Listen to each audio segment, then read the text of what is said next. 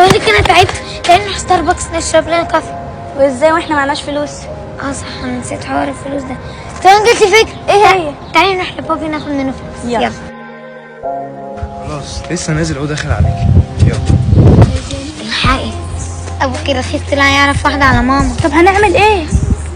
تعالي ورايا. انت بتكلم مين يا استاذ؟ يا بنتي حد يخش على ابوك كده؟ بكلم واحده معايا في الشغل. قاعده معاك في الشغل قلت لي انت عايزه ايه يعني؟ انا عايزه فلوس. عايزه فلوس؟ انا معيش الا دولارات، هفك مصر وابقى اديك. طب هنعمل ايه يا فلح؟ مش عارفه بس تعالي ورايا.